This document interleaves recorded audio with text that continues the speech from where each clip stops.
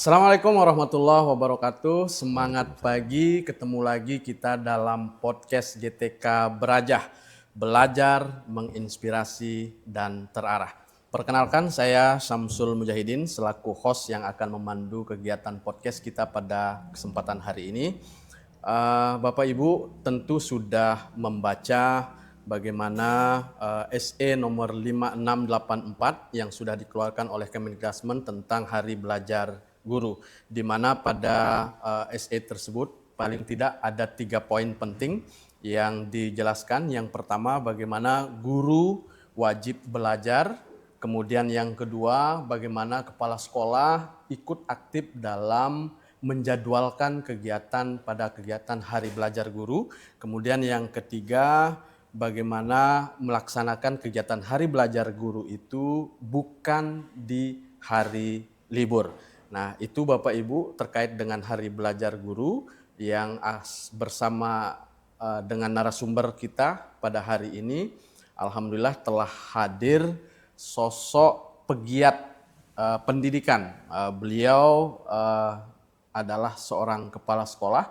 Untuk lebih jelasnya kami perkenalkan, beliau adalah Dedi Widianto. Beliau berasal dari Lombok Timur dan saat ini bertugas di SDN 3 Masbage Utara sebagai kepala sekolah. Dan alhamdulillah beliau ini selain supel orangnya, pembelajar, senang dengan hal-hal baru, sudah banyak menginspirasi juga guru-guru kita yang ada di Lombok Timur dan di Indonesia pada umumnya. Beliau juga sudah sempat dinobatkan sebagai peserta anugerah istimewa apresiasi GTK tahun 2023 dengan kategori kepala sekolah. Kemudian juara 1 apresiasi GTK tahun 2025 tingkat Provinsi Nusa Tenggara Barat dengan kategori pelopor komunitas belajar. Kemudian beliau terakhir di tahun 2025 menyabat juara 3 apresiasi GTK 2025 tingkat nasional dengan kategori pelopor komunitas belajar. Nah, dari sederetan prestasi yang sudah beliau capai, alhamdulillah sampai dengan saat ini beliau masih tetap bersahaja. Dan kita sapa saja beliau, Pak Dedi. Apa kabar Pak Dedi? Alhamdulillah Senang baik, bisa senang bertemu di podcast Berajah BGTK Provinsi NTB.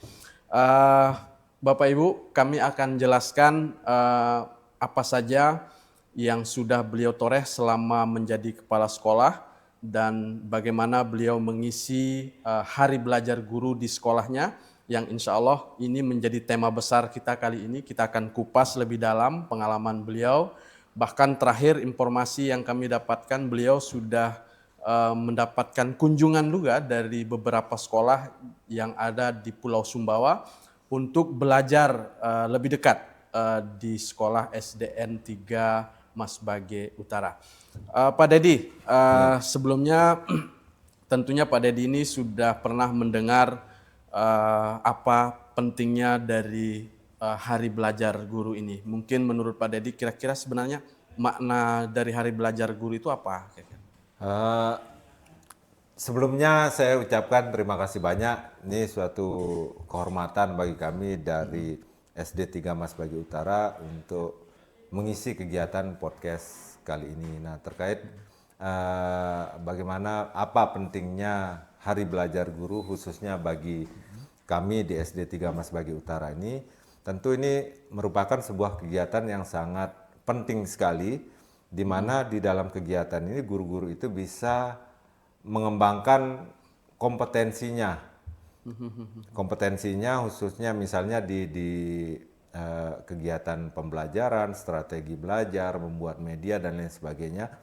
Nah, sehingga itu merupakan sebuah kegiatan yang paling ditunggu-tunggu oleh Bapak Ibu guru khususnya di sekolah kami.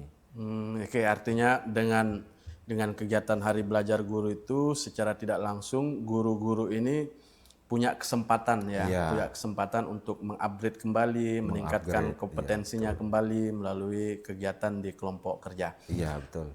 Lalu bagaimana dengan kondisi yang selama ini Pak Dedi lihat atau Pak Dedi amati tentang bagaimana Hari Belajar Guru ini?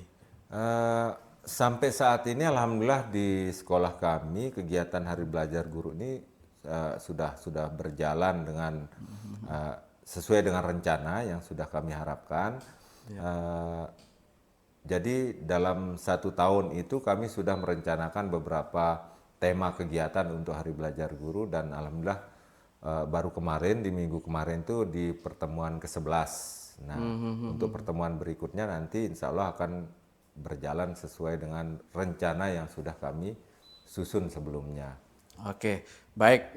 Ini Pak Dedi ini kan termasuk kepala sekolah yang tidak hanya melihat dari jauh, tetapi juga sudah mempraktekkan, iya. sudah menjadwalkan, sudah mengimplementasikan bagaimana Hari Belajar Guru itu di sekolahnya. Tentunya ada banyak tantangan mungkin ya yang Betul. sudah dirasakan, yang dialami selama mengawal proses itu. Karena kami yakin tidak mudah untuk menggerakkan guru dari awal sampai akhirnya menjadi habit. Kira-kira kalau boleh dibuka kepada kita sebagai bahan pembelajaran, tantangan apa saja yang dihadapi oleh guru pada saat mengikuti proses belajar di Hari Belajar Guru? Kalau tantangan yang selama ini kami hadapi yang paling banyak itu adalah terkait dengan manajemen waktu. Manajemen Artinya waktu. kami akan kesulitan untuk melakukan kegiatan ketika terbentur oleh kegiatan-kegiatan yang Yang lain. lain. Ya, jadi seperti itu. Kalau dari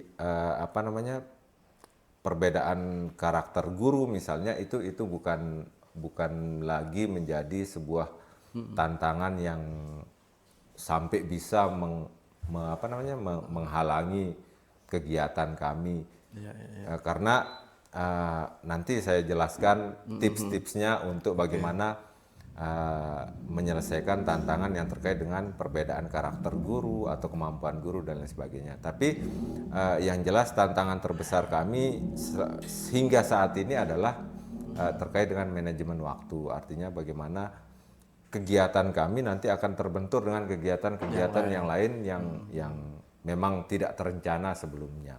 Jadi itu tantangannya. Baik, paling tidak dengan tantangan itu sebenarnya yang paling susah untuk dikomunikasikan yaitu terkait dengan penjadwalan ya. Iya. Bagaimana kegiatan HBG di sekolah tetap berjalan, kemudian kegiatan-kegiatan yang lain juga terus berjalan. Betul. Nah, kayaknya kita perlu diberikan tips ini. Tips-tips atau cara-cara yang digunakan oleh Pak Dedi selaku kepala sekolah di sekolah untuk membuat kegiatan HBG ini tidak hanya bersifat seremonial atau hanya memenuhi kebutuhan administratif misalnya di sekolah. Kira-kira tips-tipsnya apa saja, Pak Dedi? Yang paling utama adalah bagaimana kita merancang kegiatan itu agar bersifat lebih menyenangkan, kemudian lebih variatif. Nah, kalau kegiatannya sudah lebih variatif, misalnya, itu tentu akan meningkatkan motivasi guru untuk mengikuti kegiatan Hari Belajar Guru tersebut. Nah, itu yang utama.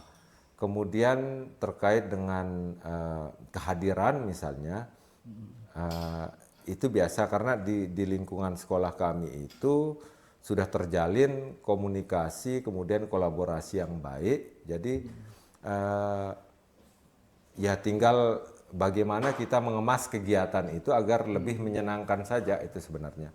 Itu yang membuat komunitas atau kelompok kerja di sekolah kami itu setiap melakukan kegiatan Hari Belajar Guru ini selalu kehadiran peserta itu di atas 80%. Oke, dan tentunya ini tidak mudah ya, perlu tips-tips yang dipersiapkan lebih dulu sehingga bisa memancing motivasi belajar bagi guru kita untuk terus update belajar melalui HBG. Betul. Baik Bapak Ibu, itu sebagai pengantar awal. Kita akan mendapatkan informasi lebih lanjut lagi mengenai bagaimana sih Pak Dedi ini mengemas kegiatan HBG di sekolahnya, mulai dari tahap perencanaan, pelaksanaan, dan sampai evaluasi. Kita akan menggali lebih dalam tentang itu, dan pertama kita akan mulai dari bagaimana langkah-langkah beliau pada saat mengelola kegiatan HBG di kelompok kerja, baik di kelompok kerja internal maupun eksternal. Tapi sebelum itu, ini kami dapat hal oleh-oleh ini dari Pak Dedi sendiri.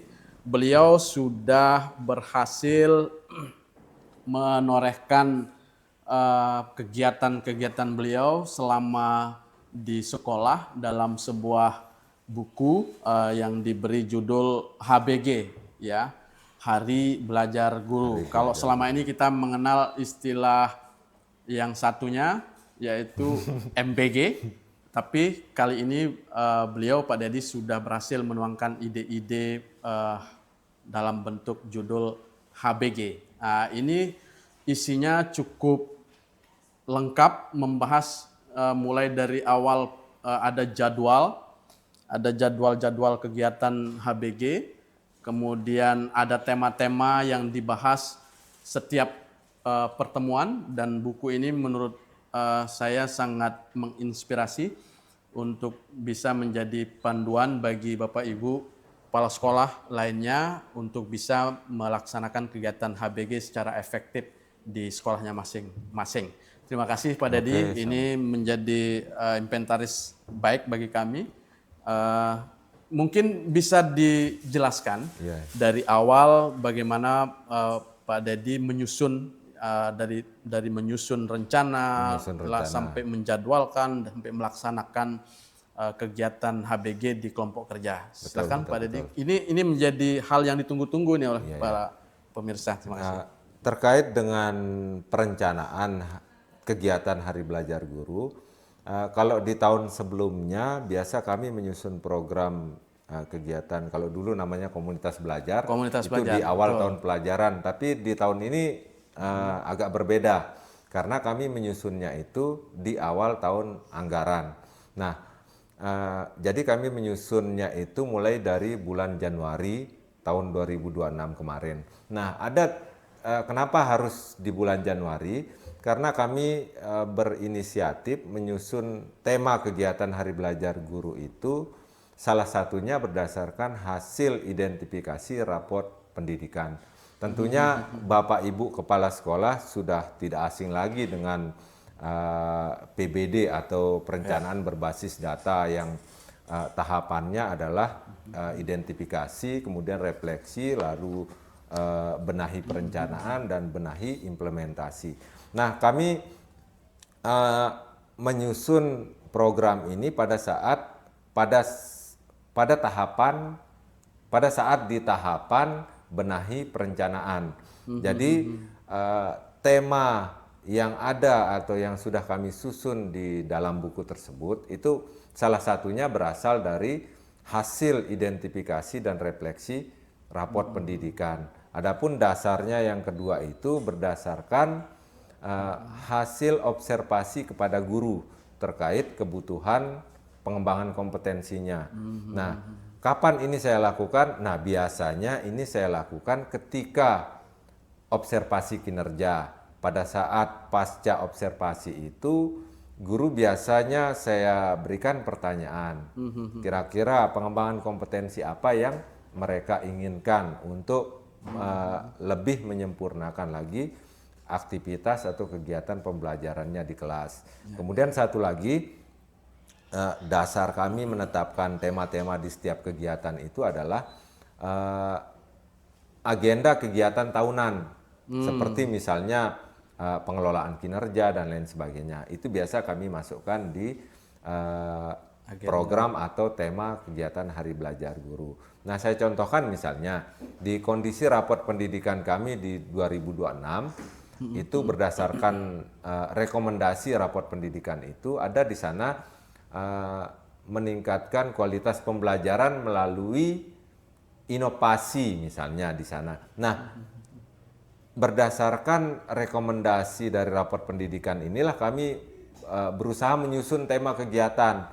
Jadi pada saat pertemuan bersama guru, diskusi refleksi awal komunitas belajar itu, kita berdiskusi, ayo misalnya kita direkomendasikan untuk menyajikan kegiatan pembelajaran yang inovatif. Nah, kira-kira nanti tema kita waktu kegiatan Hari Belajar Guru itu apa saja. Nah, yang inovatif itu kan tidak mesti berkaitan dengan teknologi. Jadi itu kata inovasi pembelajaran itu kami pecah lagi menjadi beberapa tema kegiatan. Misalnya bisa berinovasi di media pembelajarannya, sehingga ada tema tentang penyusunan atau pembuatan media pembelajaran yang konvensional dan digital. Nah, itu sudah berapa kali pertemuan.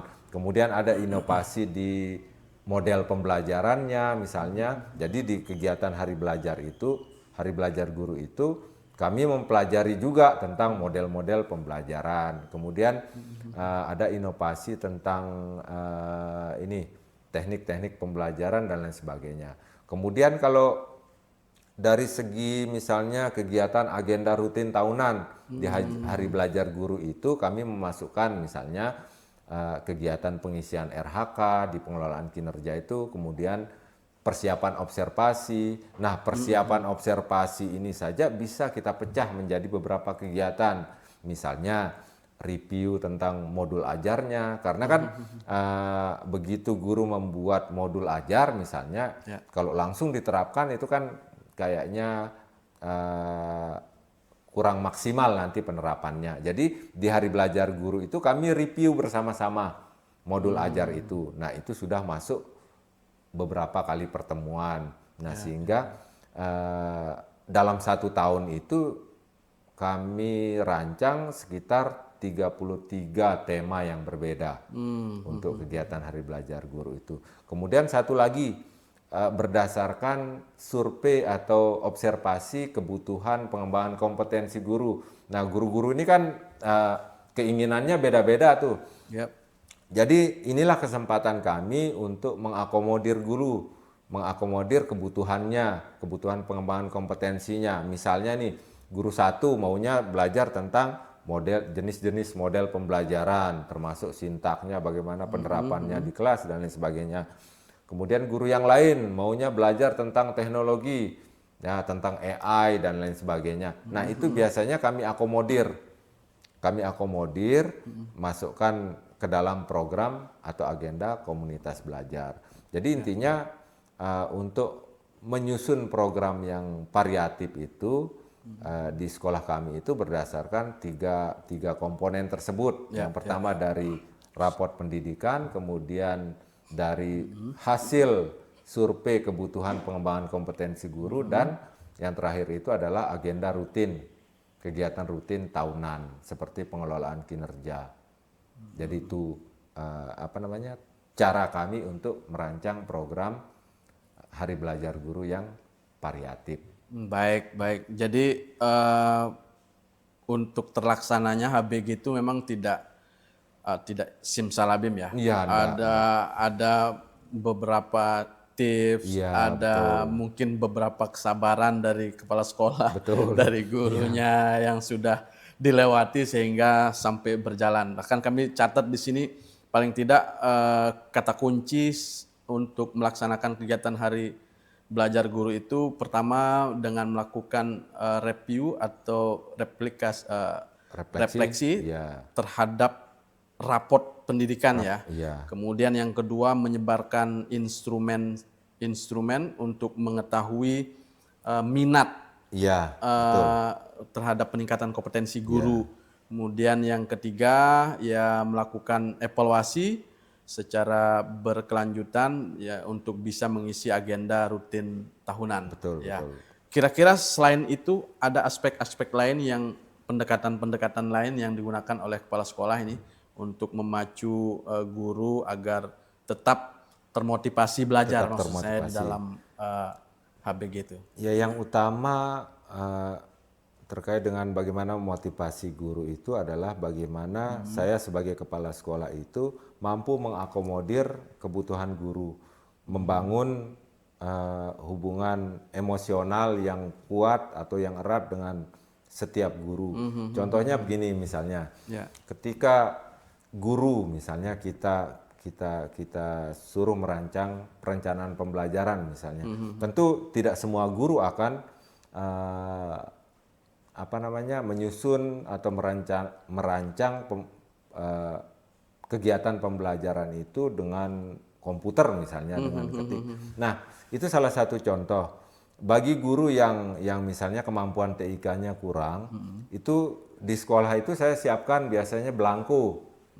Nah, Manual jadi isi ya gitu ya. manual. Jadi guru-guru yang dirasa kurang di TIK, ngetik dan lain sebagainya itu saya siapkan belangko. Kemudian di belangko itu, di belangko modul ajar itu dia biasa tulis tangan. Nah, Oke. dengan hal sekecil itu guru-guru itu ternyata merasa difasilitasi, betul-betul Dihargai lah, diakomodir, disiapkan gitu ya. ya betul-betul diakomodir, diakomodir keinginannya, ya sehingga tidak ada lagi guru yang merasa tidak diperhatikan. Iya. Kemudian satu lagi misalnya ketika guru merasa kesulitan.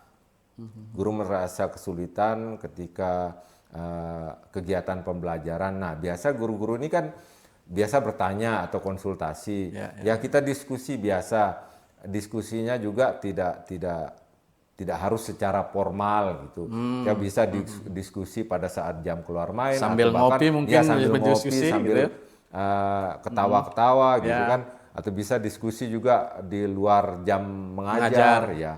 Sering kok guru-guru misalnya bertanya tentang Bapak misalnya, Bapak besok nih materi saya nih kira-kira media yang cocok untuk ini apa. Nah itu sering dilakukan oleh guru ketika di luar Jam kerja.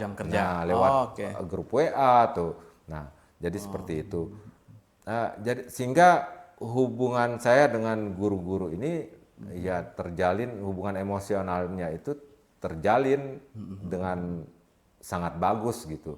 Sehingga ketika kita mau mengadakan kegiatan apapun, apalagi hari belajar guru, guru-guru ini rela loh menyita waktu istirahatnya. Karena hari belajar guru itu kan agar tidak mengganggu kegiatan pembelajaran, biasa kami lakukan mulai di hari Sabtu, itu setelah anak-anak pulang sekolah, setelah kegiatan materi kokurikuler, ya sekitar jam 11:30 misalnya. Itu biasanya kami selesai itu sekitar jam 2 atau jam 2:30. Dengan tingkat kehadiran yang luar biasa sekali kalau sampai saat Rata-rata ini. 80% tadi ya kehadiran peserta dari guru. Ya, kecuali kalau memang guru itu berhalangan ada acara keluarga yang memang tidak bisa ditinggalkan atau apa. Jadi sehingga guru-guru ini mau diajak ngapain aja gitu kan jalan gitu. Baik, nah itu sudah dibuka triks dan tipsnya bagaimana merawat motivasi belajar guru di hari belajar guru itu salah satunya bagaimana peran kepemimpinan kepala sekolah di dalamnya. Membuka diri untuk berdiskusi tidak hanya di tempat formal, di tempat non formal, bahkan menyiapkan grup WA di luar jam kerja bisa menjawab pertanyaan gitu ya. Iya, bebas bertanya dah gitu kalau yang terkait dengan kegiatan atau peningkatan kualitas pembelajaran. Oke.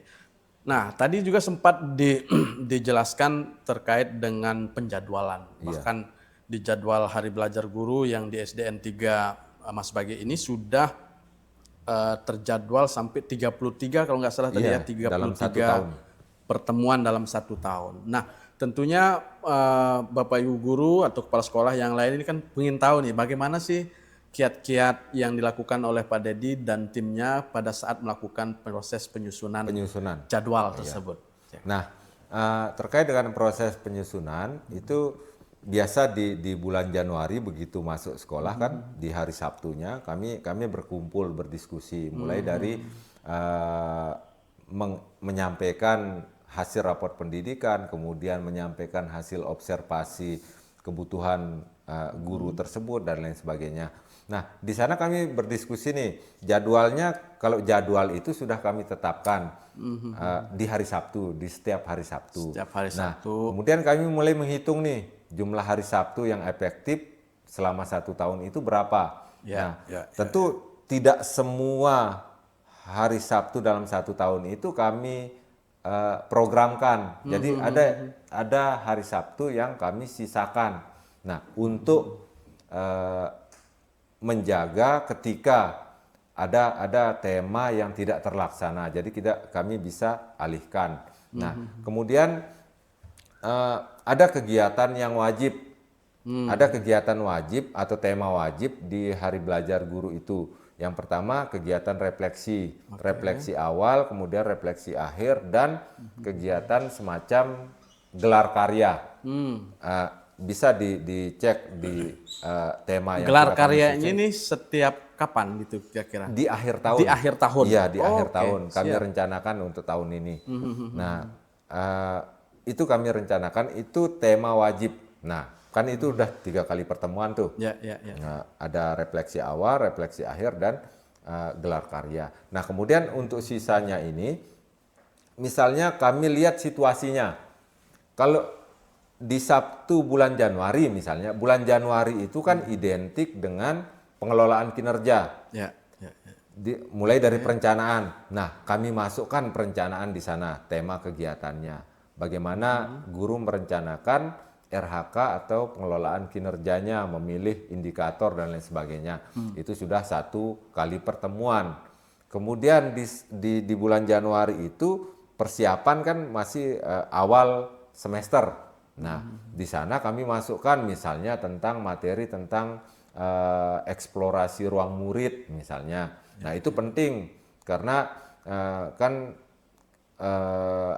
platform rumah pendidikan ini sangat dianjurkan sekali untuk disosialisasikan. Nah, di sanalah kami masukkan agendanya.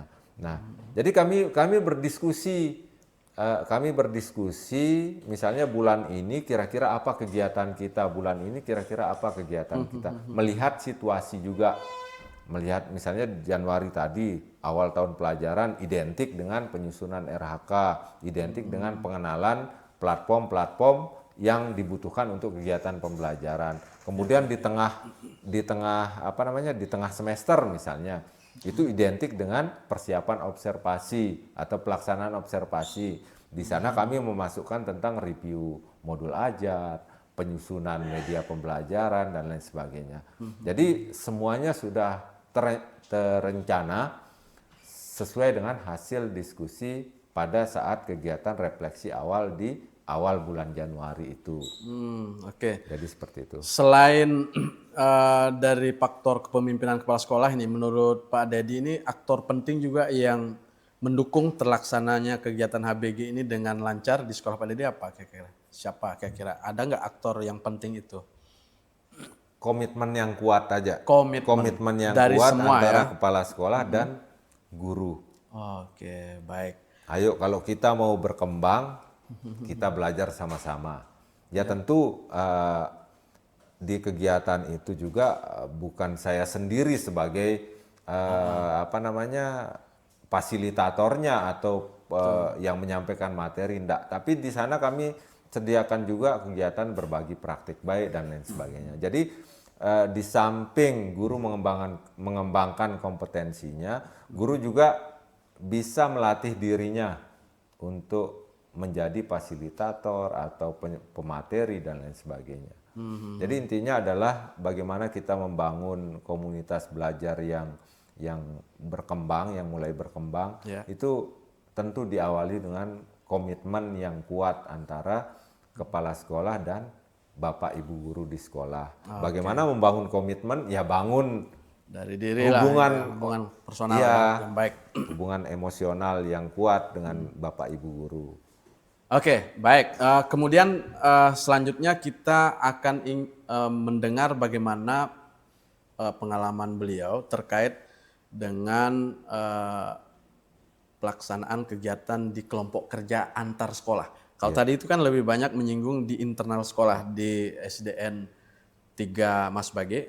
Mungkin perlu dijelaskan singkat juga bagaimana pengalaman beliau dalam mengelola jalannya kelompok kerja antar sekolah. Antar sekolah. Ya, kayak seperti itu. Ya, kalau kegiatan di kelompok kerja antar sekolah, kebetulan saya sebagai eh, ketua gugusnya juga di Gugus 1 Oh, Kecamatan oke. Mas Bage.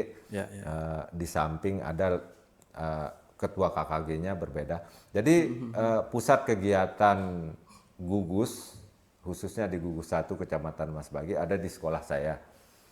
Sehingga ada beberapa kegiatan yang memang sudah kami lakukan kemarin terkait dengan misalnya pengenalan PM, kemudian pengenalan kegiatan kokurikuler dan lain sebagainya.